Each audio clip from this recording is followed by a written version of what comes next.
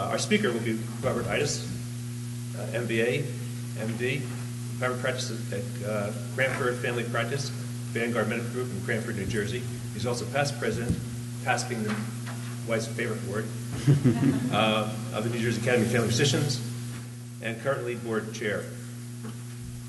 Robert Eidus, MD, MBA, has disclosed that he is a consultant of Horizon Health Initiatives. I'm having my glasses on, which is a problem here. I have to apologize. Here are the learning objectives for this session. And we're going to go through a few facts first. 1 in 4 office visits are made to family physicians. It's 228 million visits a year, nearly 84 million more than the next largest specialty. And today, family physicians provide more care for America's underserved and rural populations than any other medical specialty. It's interesting, this is a tagline that is used by the AAFP in much of its correspondence, and I must have gotten hundreds of letters for them, and I never looked down and read that until recently. I said, wow, these are very powerful statements in terms of what goes on in the country and the contribution that we all make to the health of the citizens of our country. So the first learning objective is to understand the current state of affairs, potential impact of SGR and staying in the ruck, as well as the impact of ACO activity in New Jersey. So let's talk a little bit about the ruck. And unfortunately, we have Eli Wallach up there. This is the bad. Anyone remember the character he played in The Good, Bad, and the Ugly? Tuco. This is Tuco. So anyway, let's start with the SGR, Sustainable Growth Rate. This started as part of the Balanced Budget Act of 1997, and there was a requirement in there to say that, listen, we're going to try to keep things in balance, and we know that there's going to be some escalation in health care costs in Medicare, and to the extent that health care costs exceeded the consumer CPI, that we are going to have to create that as a liability that eventually would have to be paid back. Now, we all know that medical inflation has never gotten close to CPI, and every year it's gotten more. So initially, maybe it was $50 million, $100 million in excess, but that deficit was never enforced. And right now, the deficit, if the clawback that would have to happen to get us back to zero would result in a 27% decrease on average for all physician services. Now, this also includes areas that are not under physician control, such as new technology, aging of the population, chemotherapy, drug costs. But this was the way to justify it at the time that this occurred in 1997. The fee schedule that was going into place then, and it was a way to get the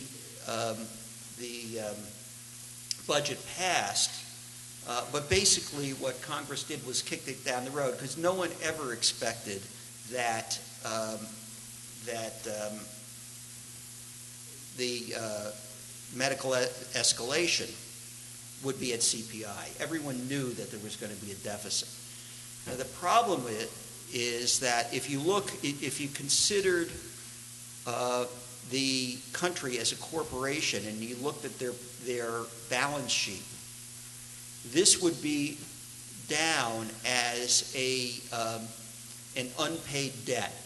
So this is actually on the balance sheet as an asset, that we as doctors owe the government this amount of money. If they forgive this, our budget deficit will increase tremendously. We all know that they're very sensitive about what the budget deficit is, so that Congress does not want to go and say, well, we really didn't mean this, we're going to to forgive it, because it's going to vastly increase the debt, even though no one really expects that we're ever going to have a 27% rollback. So what are the likely scenarios of this? One is that there's going to be no resolution and the deficit will be carried forward. And that means that we're going to periodically get letters from the American Academy of Family Physicians to write our congresspeople and say, this is, we can't live under the sword of Damocles and we've got to do something about this. The second possibility is some type of hybrid or partial solution, and we've heard a number of those. We've heard 10% rollback in physician fees and hold primary care level for 5 years as one possible solution. So what that would do is that would give the government some relief, but they would still have to post as a debt the forgiven rollback of that part that was less than the 27%. It also could be resolved as part of horse trading on other deficit reduction areas. And that was one thing that in the last round of budgets was being proposed for a while, is that they would look at SGR, they would forgive the SGR, repeal the law, and rewrite new legislation, but they had to get an equal amount of the money back in terms of cost savings from other areas. And it also could be part of a new Health Reform Act. Second area is the RUC. I think most of you know what the RUC is. Resource Utilization Committee looks at, it's an independent, quote-unquote independent committee that's hosted by the AMA that advises CMS on fee schedules. Each specialty has a representative. There are 3 primary care representatives, and voting is blind. So if the ear, nose, and throat representative does not like a particular fee increase for primary care, he or she can vote against that, and there's no real accountability that they've done that. There is no transparency. The fees that they start with, so it's important to understand that the fees that they start with are legacies. And it's a combination of the historical legacy that started in the 1930s when Blue Cross was created as a vehicle for patients to have insurance for hospital care. And the Blues said, well, wait a second, it does no good for people to have insurance for hospital care if we can't also get them insurance for specialty care. So what they did was they went to the surgeons and they created another vehicle called Blue Shield.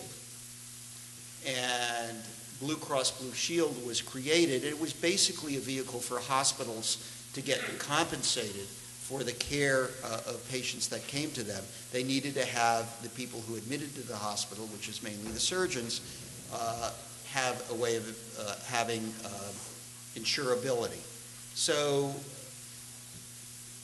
basically, Blue Cross and Blue Shield got together and asked the surgeons, well, what would be a reasonable fee schedule? Well, from that, we got an insurance program where procedures, especially procedures that were done in hospitals, got extremely highly valued. And cognitive and preventive services initially were not valued at all. Then in the 1980s, we had a little bit more scientific situation, which was the RBRVS created. The problem is that there were 2 problems with RBRVS. The first is that it was based largely on the issue of work. How much work was created to deliver a certain procedure or a certain cognitive activity, not based on the net benefit or net value of something. Now, we really don't have that anywhere else. You're not going to buy a car and buy the car based on how much work went into it. You're going to base it, when you purchase it, on how valuable it is to you. What's the performance? What's the mileage? What's the repair rate? And those 2 areas, the historical BCBS and the RBRVS, have come together. And the other issue with the RBRVS is even though it was based on work inputs, over the years it's been bastardized. So the original work by Dr. Shao has been bastardized, and it's gotten more and more corrupted over the years. And it's led to the situation where you're paid more for cleaning out earwax than you are for counseling a depressed patient. In 2011, the New Jersey Academy advocated getting out of the RUC. The AAFP had given recommendations to the RUC with a deadline that the RUC should respond to them by March 2012. And it also created a separate commission to independently evaluate physician compensation. And I think this was a major thing that the American Academy of Family Physicians did last year. And this commission is a multidisciplinary commission. It also includes consumers on that, which is something that they had asked the RUC to do, and the RUC declined.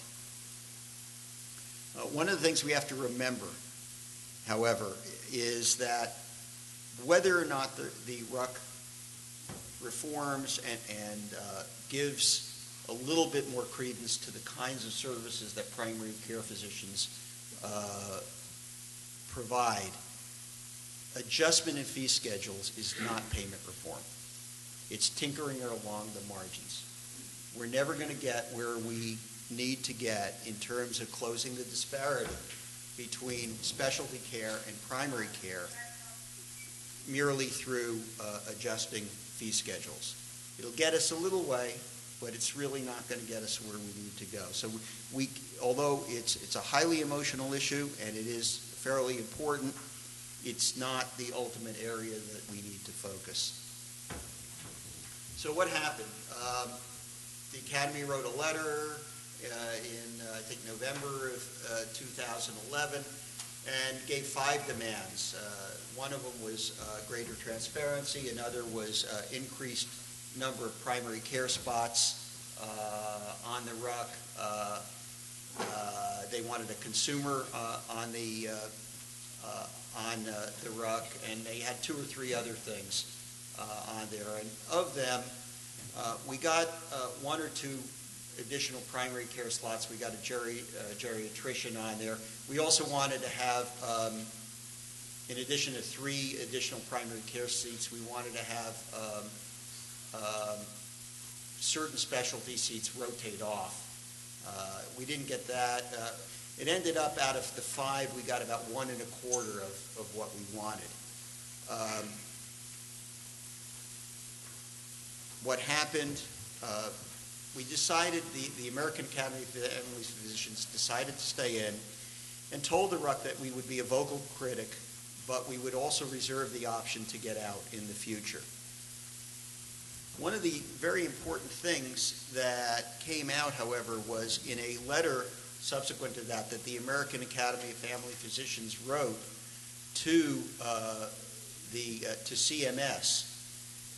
What they did was in that letter, they defined primary care. And I'll owe this to Peter Carazone, but he said, gee, that's great. There's 5 C's there, and we should all remember it. First contact. We are the person that patients contact first. We provide continuity of care, we provide comprehensive care, we provide coordinated care, and we bridge the personal, the family, and the community. In the letter to the RUC, we also told them that we're not going to just go through the RUC, that we may petition CMS directly. So that's where we are in terms of the RUC. We're going to have to see what transpires. I think that it's very promising that we have an independent commission studying valuation of healthcare services, and I think it's going to be very promising if we get a system that's based not on work and units of input, but it's based on what the value is of the services that we provide. I want to talk a few seconds about comprehensive care. A lot of us think that this is the biggest threat to family medicine, that there is a contraction of the comprehensiveness of care. We had a discussion about this at the town hall last night. There's two elements to comprehensiveness. One is geographic comprehensiveness.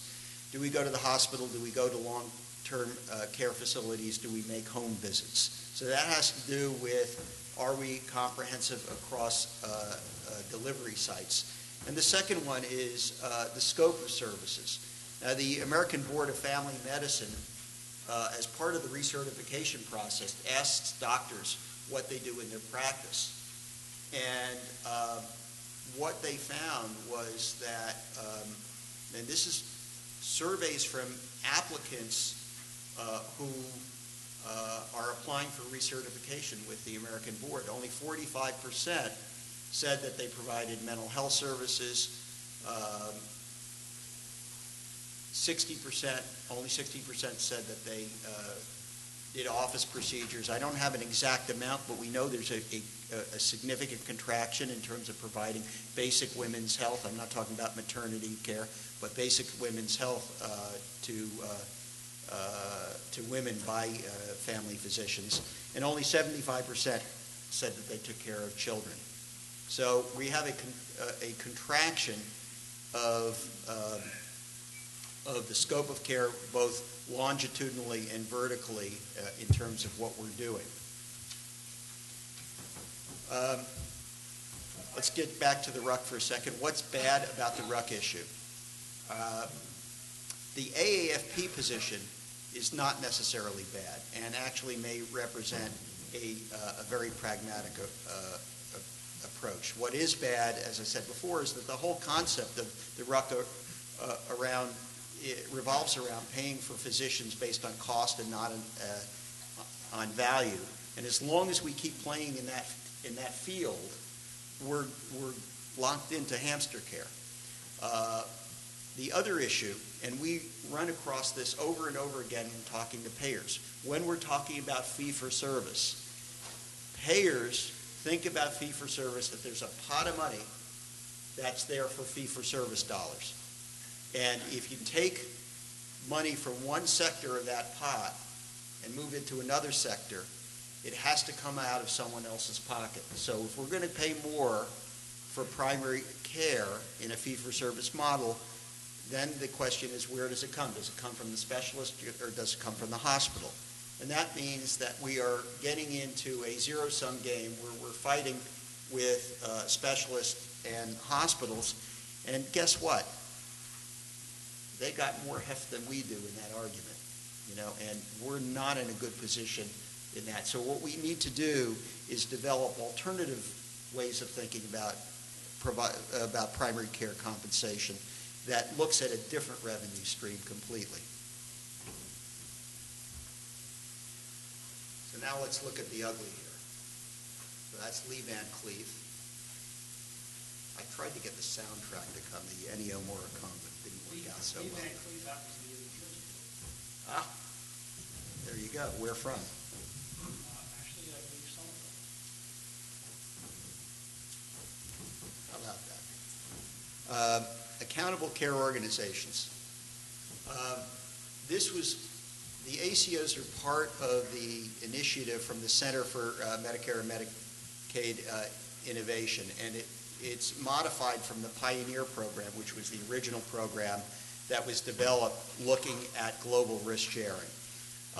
It's now also migrating to commercial sectors so that many organizations are creating ACOs and going directly to insurers and wanting to assume global risk. So on the surface, this looks a lot like what we had in the 80s, where providers were aggregating together and said, listen, you just pay the claims, give all the revenue to us, and we'll manage it ourselves. And we know it didn't work out very well in the 1980s. There were a number of reasons for that. There was inadequate risk adjustment.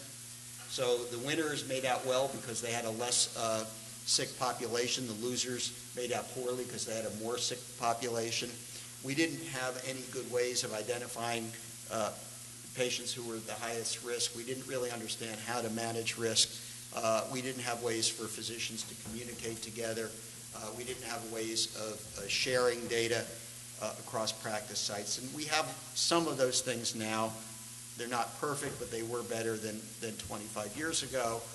And the CMMI, Center for Medicare and Medicaid Innovation, said, listen, the current system of paying everyone fee-for-service is not working. We need to try something else. So they created the legislation that enabled Medicare to contract with organizations based on some type of global risk sharing. There was bipartisan support, as this was a private sector response to the need for cost containment.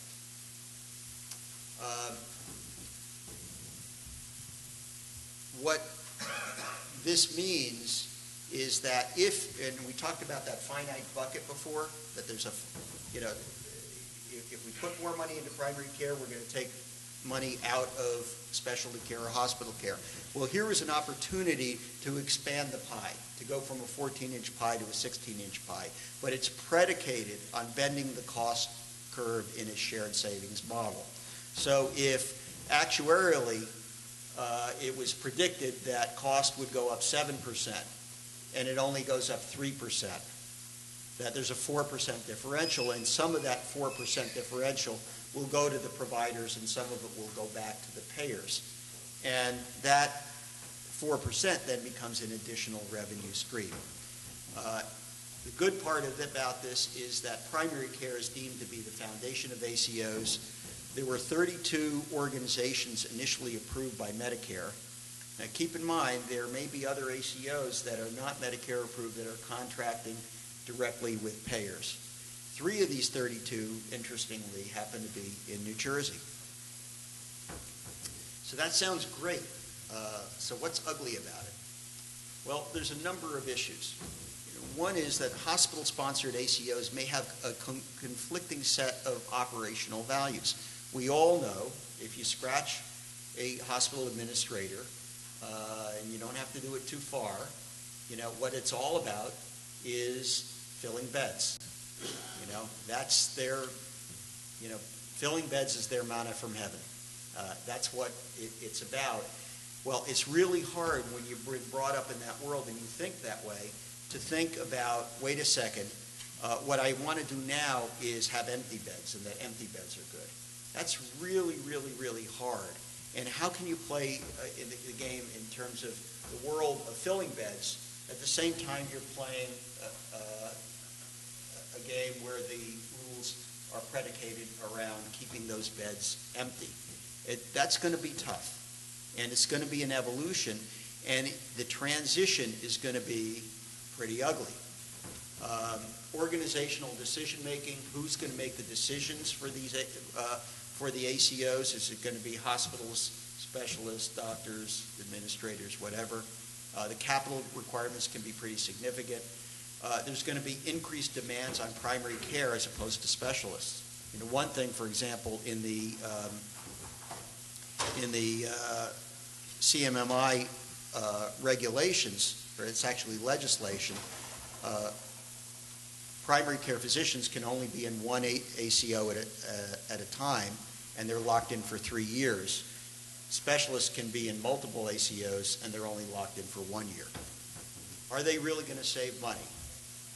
Will PCPs be rewarded commensurate with their value in bending the cost curve? So if an ACO gets $10 million in shared savings, how much of that is actually going to trickle down to the primary care physicians versus going to compensate the hospitals for their empty beds? The attribution of this, I'm not going to go through, it's pretty complicated. We went through town hall, Dr. Barron went through it, but it's a 3-year look back in terms of who was the predominant provider for that patient during that 3 years in terms of primary care, and what tax ID number is that associated with. So what are the likely scenarios of ACOs? One is that there are too many entrants. There's going to be winnowing out and consolidation process. The winners are going to be successful in attracting good performing and adaptable PCPs. building an infrastructure that's designed to contain cost, changing the culture, building effective new processes, and aligning PCPs, non-PCPs, and hospitals. And, that's a tough game. I went to a meeting of an ACO, and one of the consultants got up and said, well, it's good to see all you doctors there ready to cooperate. But when I heard the questions, the doctors weren't really ready to cooperate. The doctors were there to figure out, how do I defend my own turf? And the doctors were concerned that, what happens if my patients are sicker than someone else's? Are you going to look at that? Or are you just going to look at absolute utilization rates? Is my referral stream going to change? That was the concern of the doctors. Well, let's think about it. If this whole system is predicated on bending the cost curve, that means that we all have to trust each other, and we don't work in the same organization. We have to trust each other that what we're actually going to be doing is changing our behavior and changing our utilization patterns. And if we don't, and I work hard to change my utilization patterns and reduce my fee-for-service billing, and my colleague over here continues to overutilize, there's not going to be any cost savings, and he's going to benefit and I'm not. Now, if we take a step further, if no one in the ACO trusts each other to modify our practice patterns, then we don't think it's going to work, and we're not going to modify our own practice patterns. So that's a real challenge that we're going to have to see happen. It's easier in organizations like Geisinger and Kaiser because they have, first of all, they're working under the same tent, but the second thing is they have a uniform set of values and cultures. They have a strong, if you go over to Geisinger, they all talk the same, they all act the same, they all kind of think the same. They're like clones, robots, In a good way. In a good way, right. And they are very patient-focused. Mayo Clinic is pretty much that way, too. Whereas in New Jersey, we all came from different organizations, and now we're being put together. So it's going to be tough. Learning objective number 2, understand the criteria for being a distressed practice environment. New Jersey is a depressed practice environment. The American Academy of Family Physicians during this last year acknowledged the concept of DPEs and identified New Jersey as meeting that criteria. So what are the criteria? It is some combination. There's not a precise score in here, but it's some combination of low PCP penetration, high specialist to PCP ratio, low PCP reimbursement, being a net exporter of residents into practice where we train more than we keep, and an aging primary care population. Unfortunately, we are 5 for 5 in that, so we meet the criteria. Now, why isn't that bad? Well, it's not bad because it shines a spotlight on what needs to be done. And it's something that we now can tell legislators, regulators, and healthcare movers and shakers in New Jersey.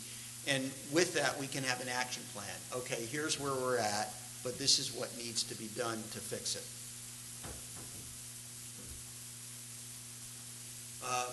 Working in a distressed practice does not mean that things are hopeless. There are many practices that are thriving. Boy, I got doubles on this, didn't I? And we have, in the New Jersey Academy, we created some tools for survival workshops to show new models of care that may be successful. The interesting thing is, although things are difficult in New Jersey, we do have practices that are successful. We have small practices that are successful. We have single specialty group practices that are successful. We have multi-specialty group practices. We have fee-based models in New Jersey. We have people who are in employed situations that seems to be working well. So we have isolated areas, even in a difficult practice environment, where things are working properly.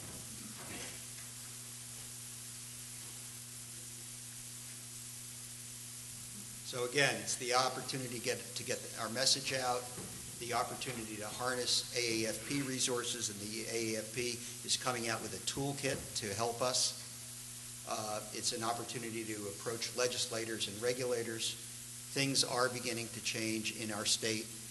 We had a meeting with the New Jersey Business and Industry Association a few weeks ago, and in that, some of the people who had historically been doubters of the value of primary care and historically had been doubters of PCMH said to us, and including influential people, we need to have a multi-stakeholder PCMH endeavor in New Jersey. How can we get this done, either legislatively, through regulation, or through the marketplace? The New Jersey Academy's response to this is we created a monograph. I think all of you should have gotten a copy of that monograph when you registered.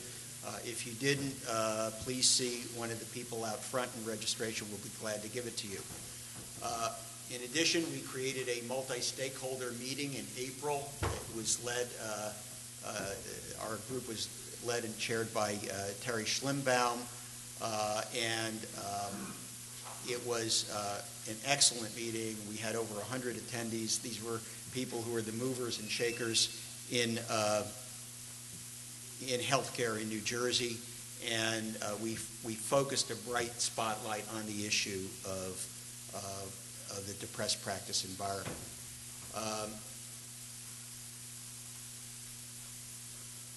Learning Objective 3, describe the benefits and drawbacks of practice consolidation activities in New Jersey. So what are some of the pros and cons of consolidating? We've talked a lot about that. Certainly there are a fair amount on both sides. Pros, it allows doctors to focus more on clinical care. In merging my practice over the last year, I found that this to be true. There are some economies of scale, maybe not as much as people give credit for, especially on the administrative side. There may be some increased negotiating leverage. There's an ability to distribute advanced methods of practice management over a larger population. So, for example, if you consolidate, you can take care coordinators and share them among multiple practices and hire one person for several practices.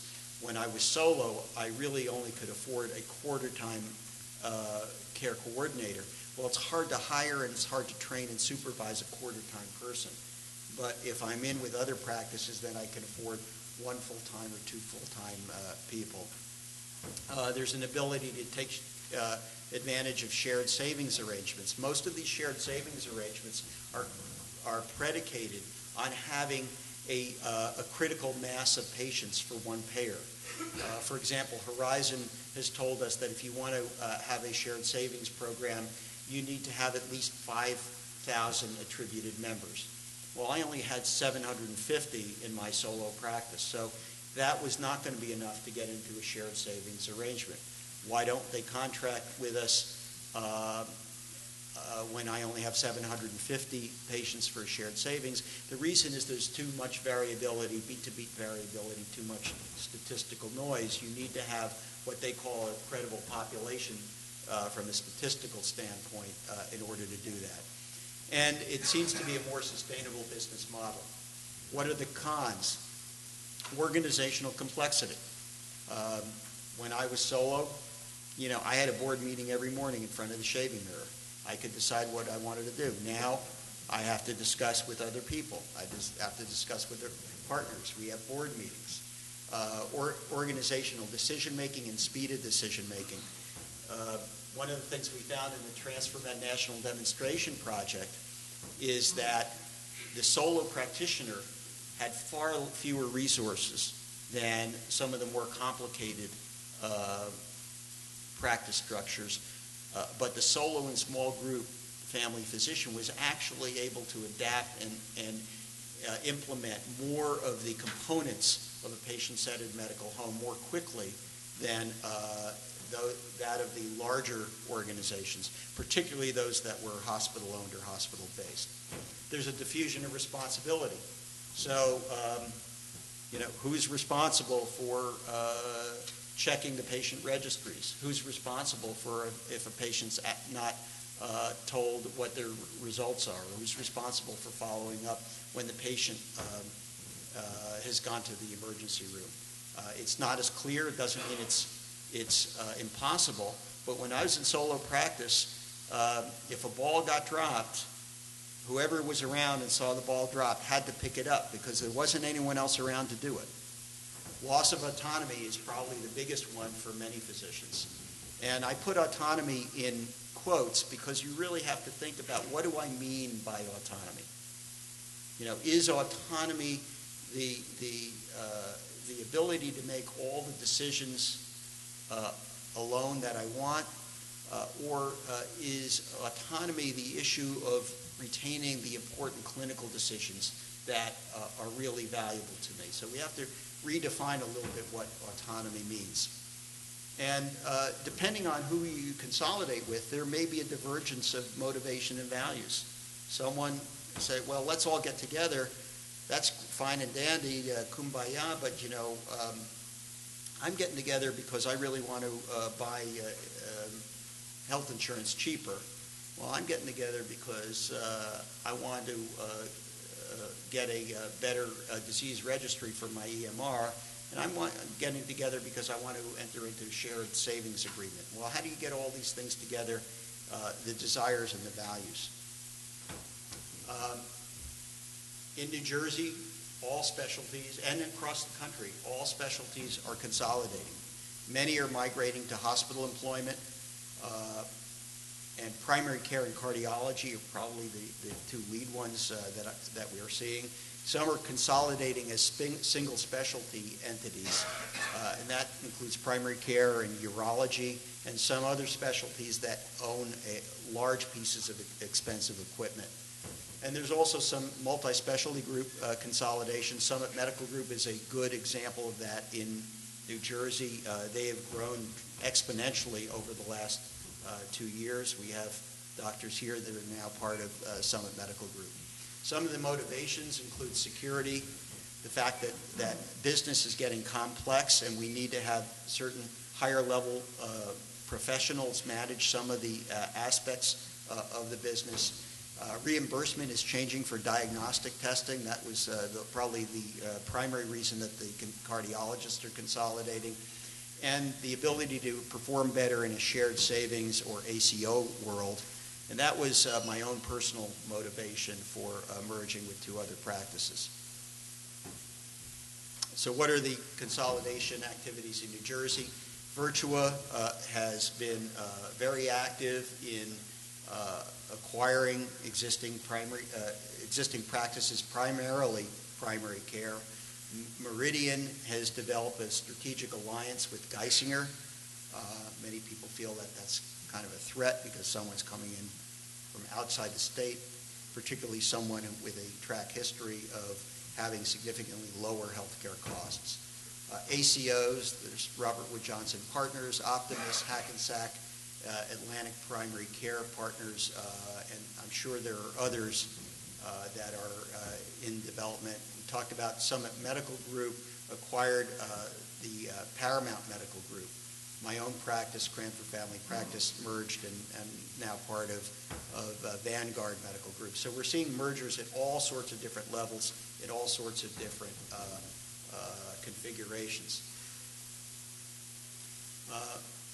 Learning Objective 5, understand the scope of Pcmh initiatives in New Jersey and the financial impact to practices. So I have this under good. I believe it's good. I'm sure we'll have arguments and discussions about this.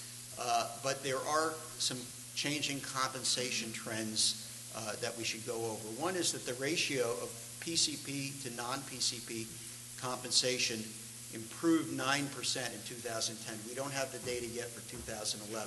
So what that means is that the gap between what we're paid and what specialists paid decreased by 9%. It's still not enough, there are some economists that have looked at that and said that we need to get, in order to get a sizable influx of people into primary care, the total gap between what we are paid and specialists are paid has to be less than 25%. And right now, it's more like 50%, and in some areas, it's more like 100%. But at least we're moving in the right direction. There is an enhanced perception of primary care.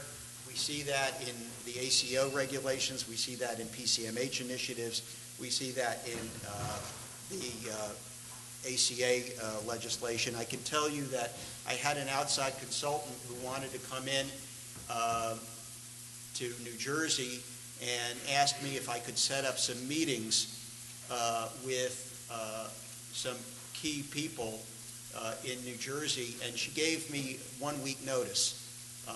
And in that time, my partner and I were able to, Tom McCarrick and I were able to line up meetings with 4 CEOs.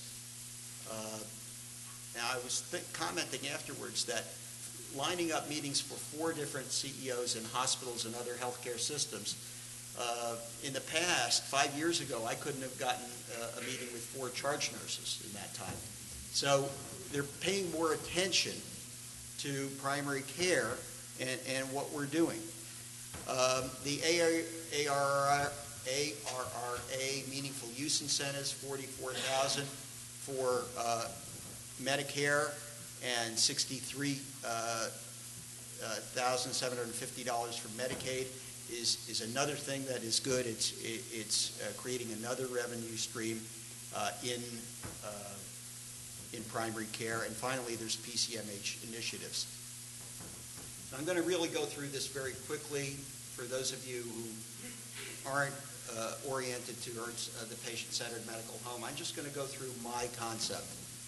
And my concept is, think about a table. And table has 4 legs. One leg is Pcmh, is enhanced access. We have to have superb access, preferably same-day access for our patients. Use of data and technology.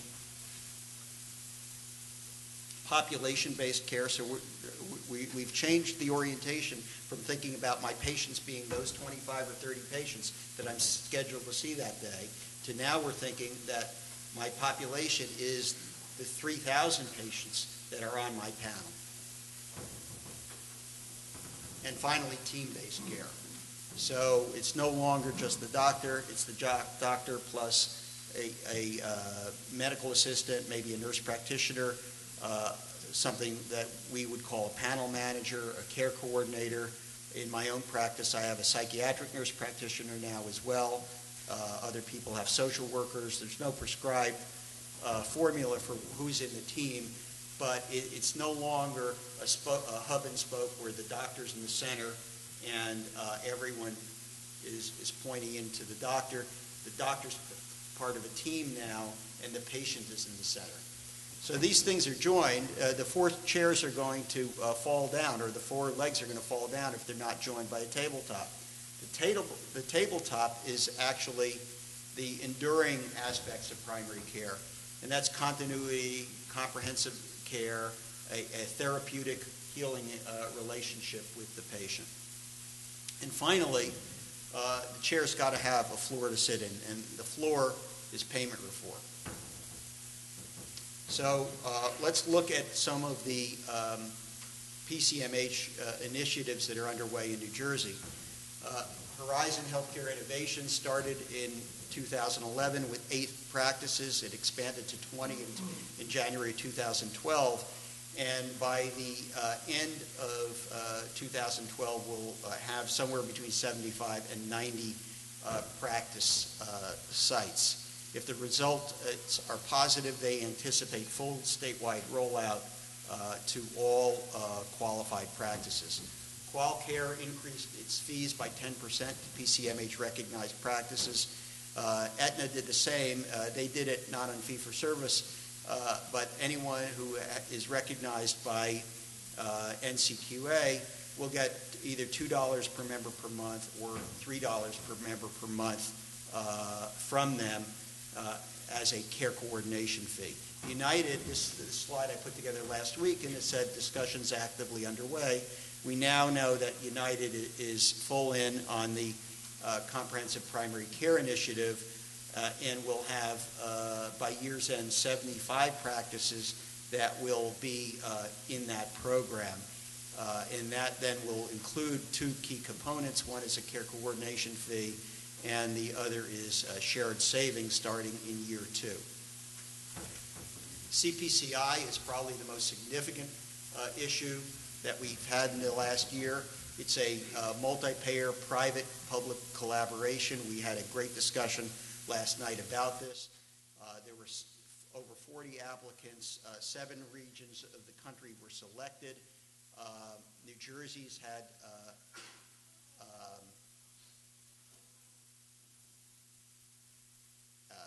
was one of the areas that was selected. For the CMS part of it, for Medicare patients, the care coordination fee will average $20 per member per month for the first 2 years, and then will decrease to $15 per member per month in years 3 and 4. Now, there's no set fee schedule for the commercial payers that are in this, but there are now 4 separate commercial payers that are involved. In looking at my patient roster, those payers account for about 75% of my practice, so it's fairly significant. Another good thing is that when we look at it, and this is one of the reasons that I think New Jersey was selected, is that we have among the highest penetration in the country of NCQA Pcmh recognized practices. So when CMS looked through and said, will this work? We had a lot of things going against us in New Jersey. We're among the most fragmented healthcare systems. We don't even really have healthcare systems in New Jersey. It's more like a feudal system. But we're highly fragmented in New Jersey. We have lots of doctors practicing in onesies and twosies. We don't have well-organized, well-honed organizations with common values.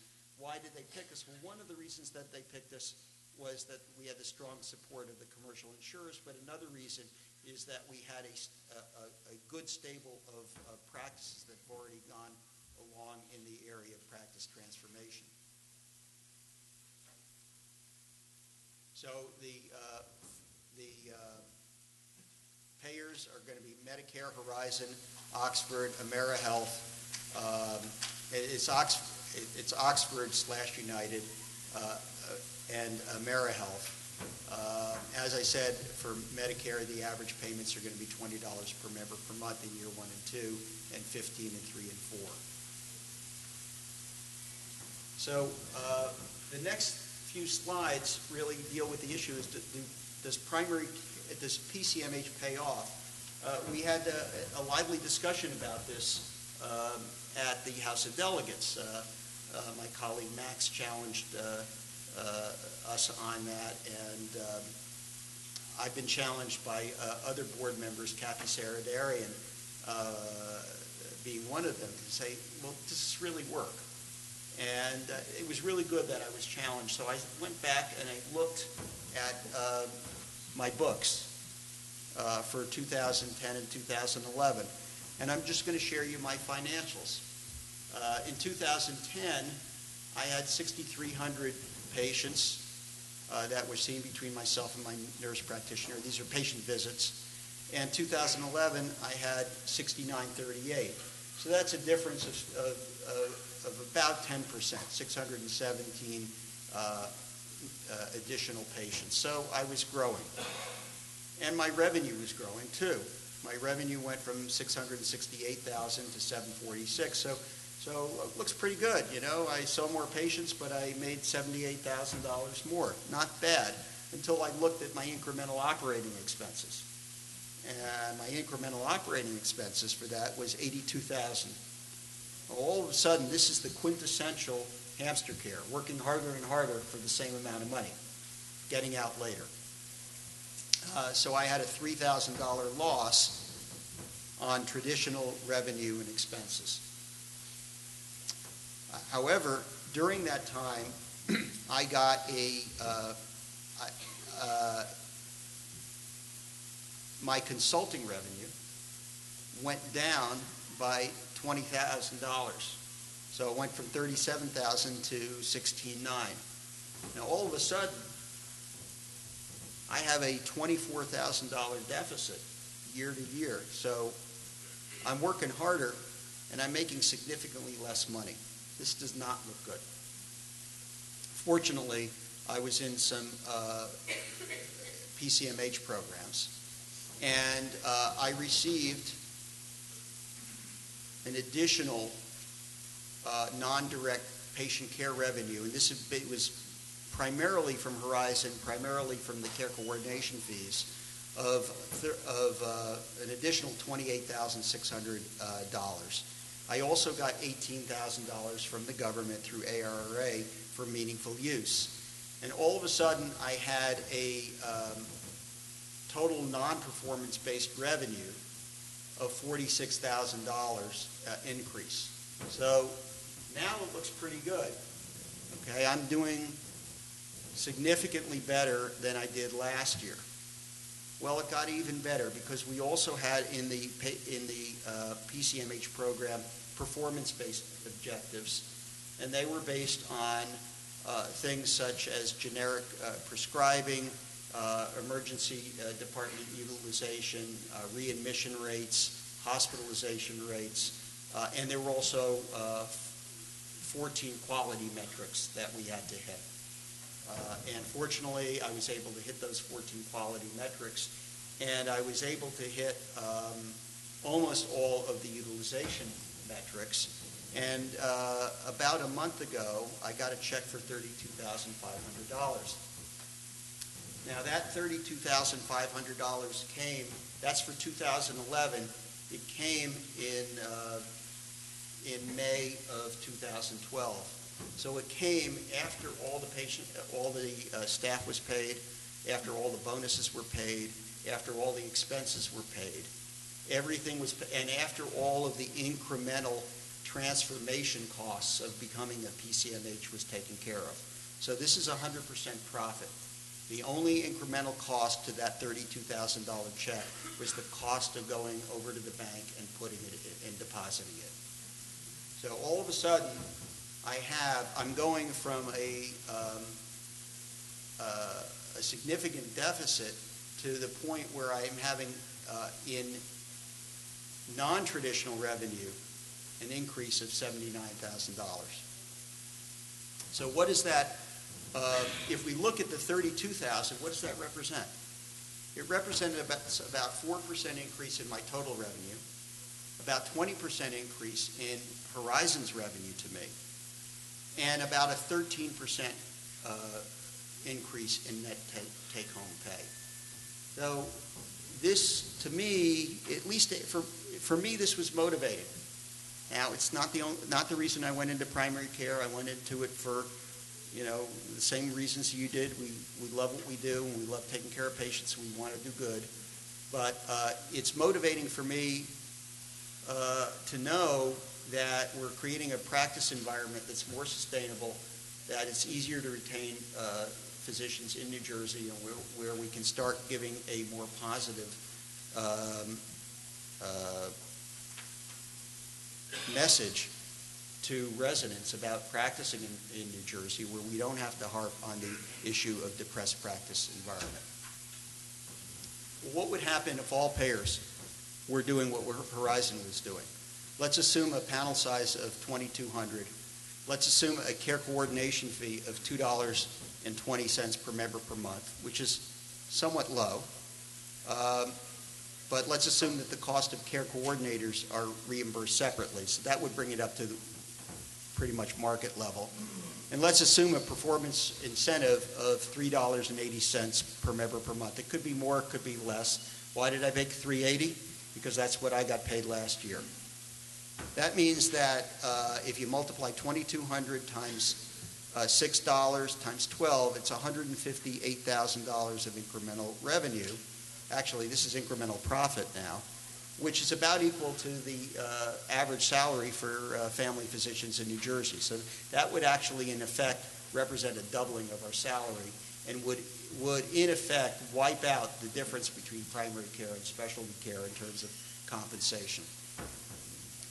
So I'd like to summarize, there are a lot of changes going on externally. What's one person's opportunity is another person's threat.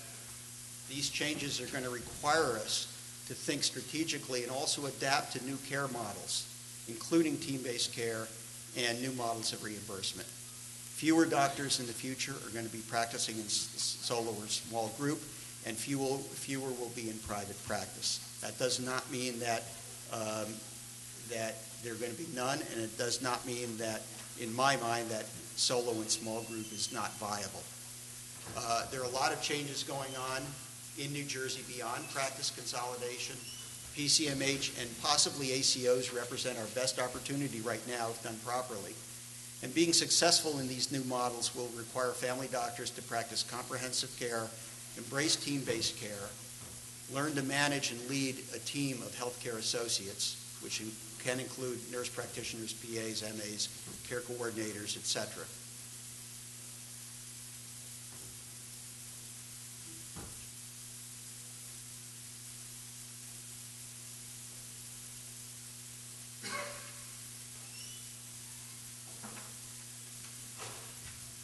Thank you very much.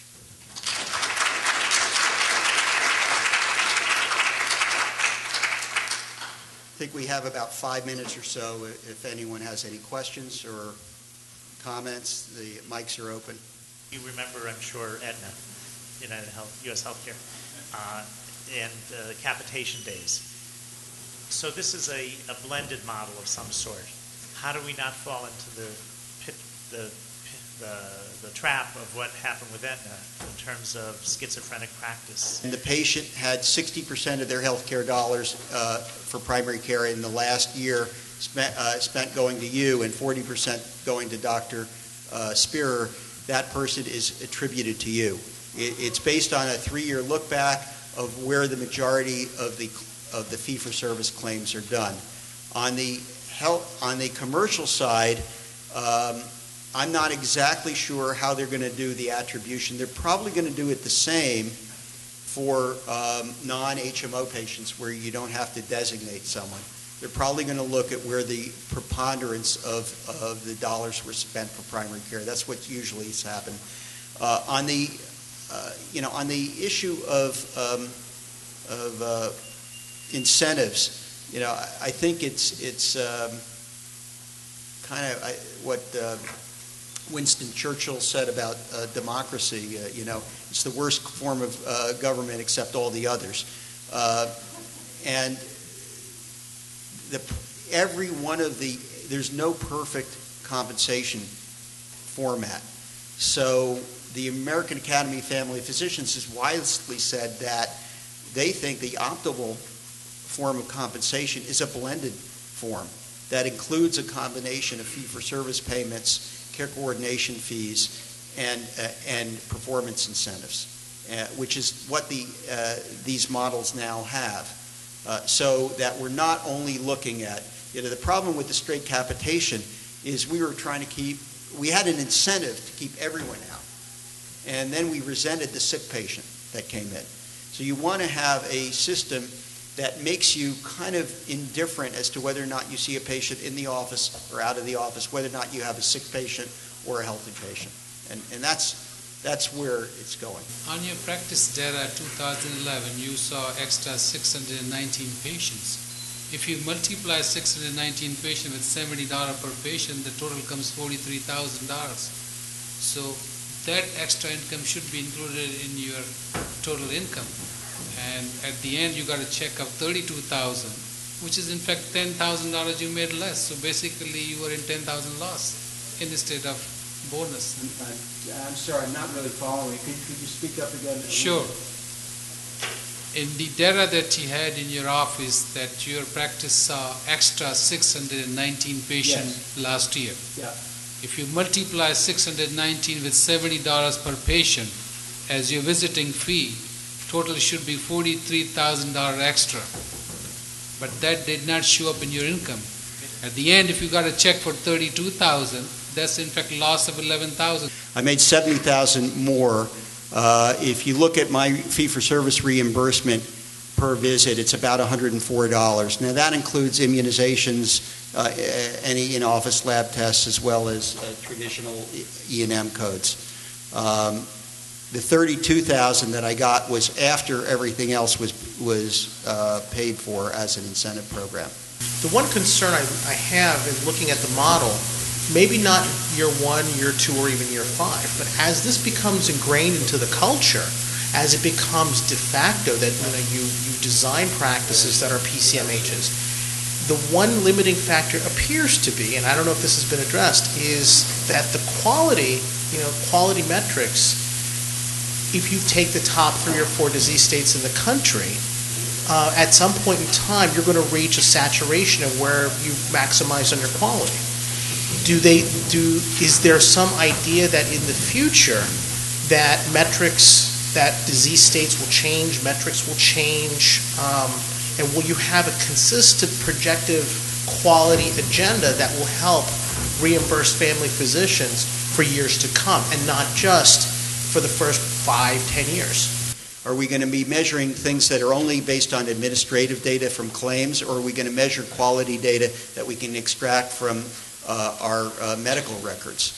If we limit ourselves only to what's coming from claims, we're really dealing with the same 3 or 4 disease states and the same preventive services. And we get a very small slice of what's going on in the practice.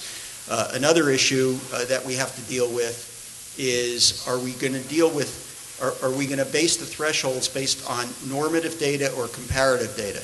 So are we going to base it on that we think that 70%, someone did a study and 70% of our patients over 65 should have pneumonia vaccines? Or are we going to be basing it on the fact that you have to be in the 70th percentile? And early on, it's not too bad to have comparative data, but as the tide rises, we're going to have to set normative data. We're going to have to say that we think it's reasonable that 60% of you diabetics have A1Cs below 7.5. And if everyone's above that bar, that's fine. And so we're going to have to look at that. The other thing that we're going to have to do is look at the issue in terms of performance improvement. Is it going to be based on absolute performance, or is it going to be based on comparative performance? So that if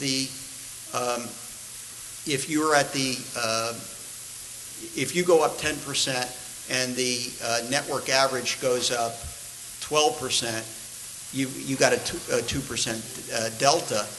Well, that's great if you're starting out at the 15th percentile, but it's not great if you're already starting at the 90th percentile. So we're going to have to look at those things too. There are probably more answers than solutions we have. This is an experiment, and we're going to have input from our practitioners going forward as we tweak it and refine it. I do think that this is a better solution than what we've had before, which is hamster care. We've got to get off the hamster wheel. So I think it's time for us to go and visit our exhibitors. Thank you again very much.